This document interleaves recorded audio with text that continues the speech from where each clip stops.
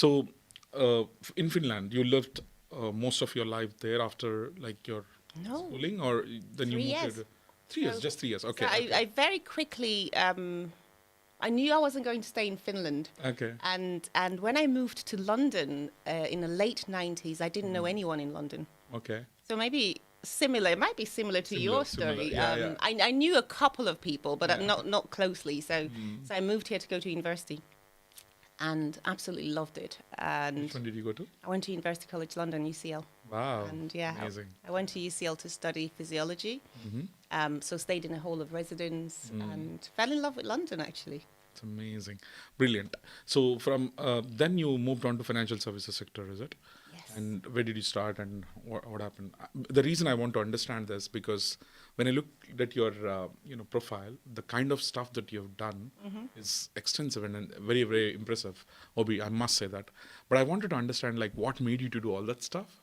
So I just wanted to see how I connect the dots, basically. Yeah. Very good question. Yeah. So I studied physiology, medical sciences at university probably because my parents were doctors. You might get that, how you Yeah. get a little bit of a steer as you're growing up. And when I graduated from UCL, I moved, the first place I lived in, somewhere in London, in Golders Green. Okay. I remember walking past a recruitment agency and I was like, oh, what do these guys do? And I went in to have a conversation with them. Yeah. And I remember saying to whoever I was speaking to at the time, I must find out who it is, that I wanted to do anything non-science related. I was like, I've grown up in a hospital. Enough of science now. My dad was a surgeon. My mum was a psychiatrist, or is a psychiatrist. And I wanted to kind of experience what it's like not to do sciences. And I was very almost commercially ignorant, to be fair. I was always in the lab.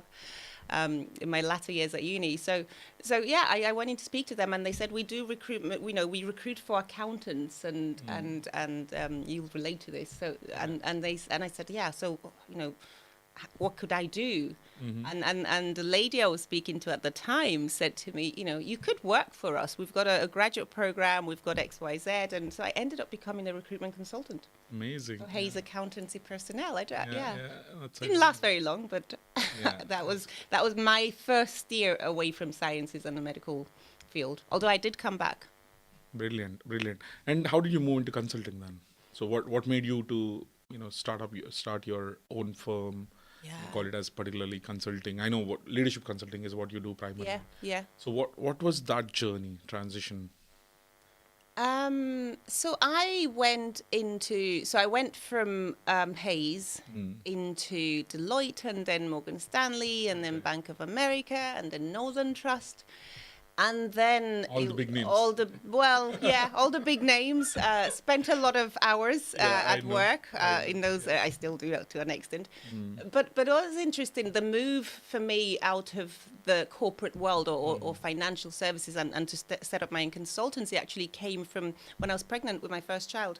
So I remember thinking about what it was I got from my childhood that I valued the most and beyond my values and our family values, what I really wanted for my children.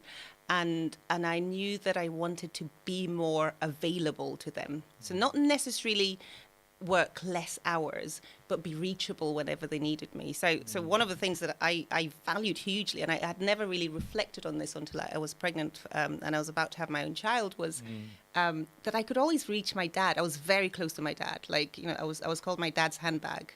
I was everywhere with him.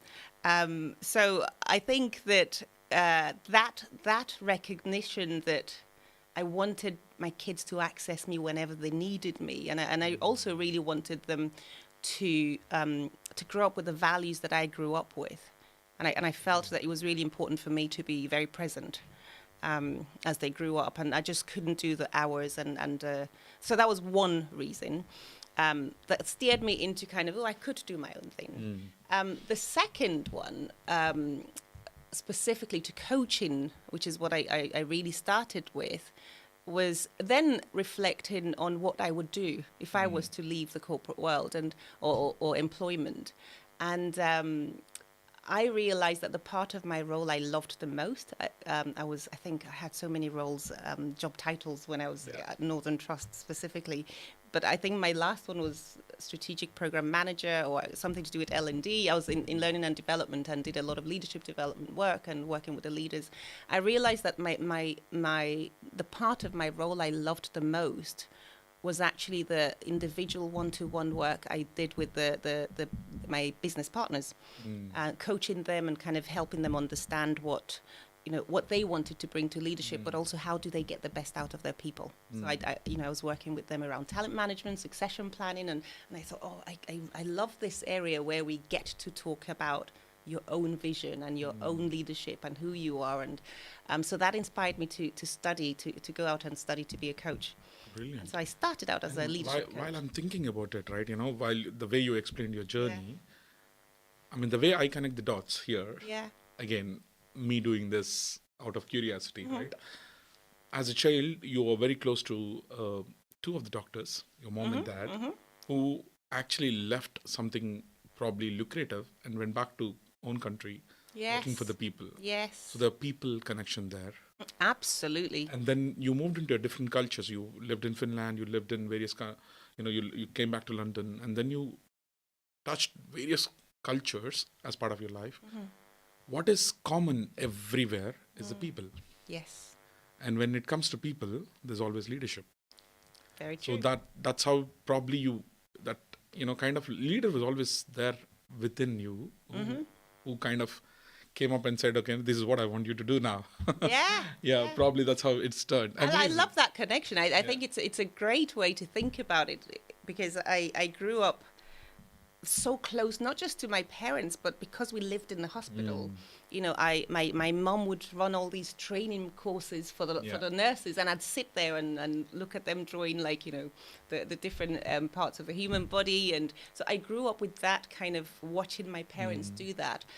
But also they were very unique in the way that they worked. They were, it's just like back to what you were saying about the people. They were very, very people focused. I mean, you might relate to this from a cultural perspective as well. That everything was about the people. There wasn't a doctor-patient relationship. These were our friends. These were these were our family. These are people that even though they're admitted into the hospital, we'd eat with them.